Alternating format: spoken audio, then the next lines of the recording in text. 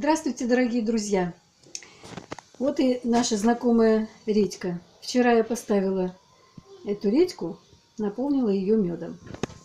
Сегодня получилась у нас вот такая очаровательная смесь сока редьки и меда. Вот у нас в семье нет болеющих, так сказать, заболеваниями верхних дыхательных путей. Никто у нас не болеет. А вот этот сок, который я специально сделала для того, чтобы показать этот рецепт всем, кому это интересно, этот сок мы обязательно выпьем. Мне кажется, не только при заболевании он полезен, но и просто для профилактики респираторных заболеваний, вирусных заболеваний. Сейчас зима, и риск подхватить какую-нибудь инфекцию, в общем-то, риск есть.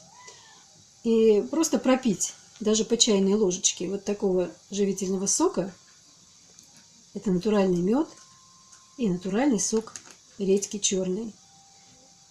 Если вы выпьете его, я думаю, ничего плохого не будет, а будет только укрепление вашего иммунитета.